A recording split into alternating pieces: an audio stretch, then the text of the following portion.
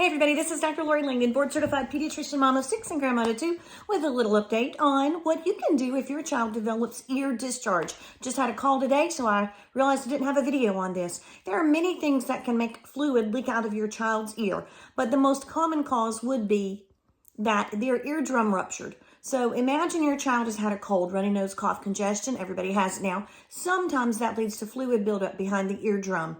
Sometimes that fluid becomes infected. Goes from that clear fluid to a more pus, like a white, thick, purulent effusion is what we would call it if we were looking in there. The eardrum would be bright red. Sometimes there's so much fluid and pus behind the eardrum, causes tremendous pain and pressure, that the eardrum ruptures. Think of the eardrum as just this, like a thin membrane, sort of, I describe it to children like a piece of saran wrap, like a thin, see-through membrane.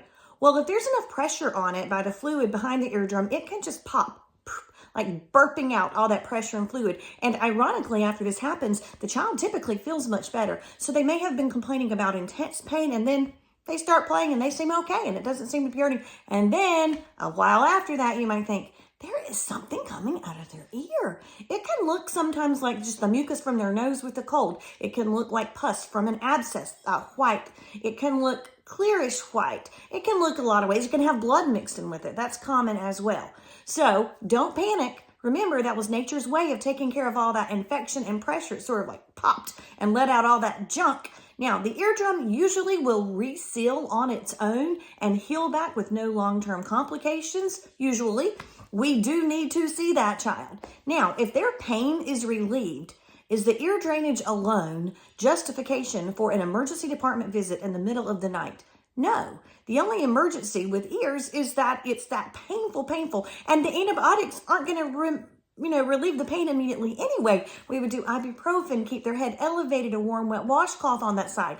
Now, if you are concerned that the eardrum is ruptured, we don't want to put anything into that ear as far as like numbing drops or anything like that, because that eardrum's ruptured until you get seen by a provider. Don't do anything. Now, you can use a warm, wet washcloth and clean all that gunk off from the outside of the ear, because it's actually often irritating to the skin around the external part of the ear. So I would use a warm, wet washcloth, clean it all off. You could even put some Aquaphor or something protective along the skin so the skin doesn't get irritated with additional discharge during the night. You can put a towel down on their pillow, and then obviously next morning come in to see us. Now, if we prescribe antibiotic drops into their ear, we will often ask you to remove excess debris from that canal. Sometimes we'll use a Kleenex and sort of twist it. It can't go far. It's very soft. And you just kind of rest it there at the edge of the ear and let it soak up all the junk that you can before you put the drops in. So the eardrops aren't just hitting this wall of pus and purulent discharge and not able to make it further through. Now, the other tip I have for if you do need to use antibiotic eardrops or otic drops, that you warm them up before you place them. These are the same kind of drops we would use in cases of swimmer's ear. So I just have the mom or dad put the bottle of eardrops in their pocket maybe for a few minutes just to warm it up to body temperature, and then it's not quite so startling when it goes down into their ear. And then you can have the child lie down in your lap, put their head on your lap, and then you place the drops in there, gently moving the external part of the ear just to help those drops sort of cover all the parts of that external ear canal. And in this case, if there were a ruptured tympanic membrane, you get all the way down in there. And typically we'll do those antibiotic ear drops twice a day for anywhere from 5 to 7 days, depending on the brand of ear drops. So don't panic, but it usually means the eardrum has ruptured. Now, there are some other things that can happen that are sort of silly, so certainly don't panic for those either. But sometimes kids, if they're drinking a bottle and the milk dribbles, it'll just collect in their ear. You could be seeing milk.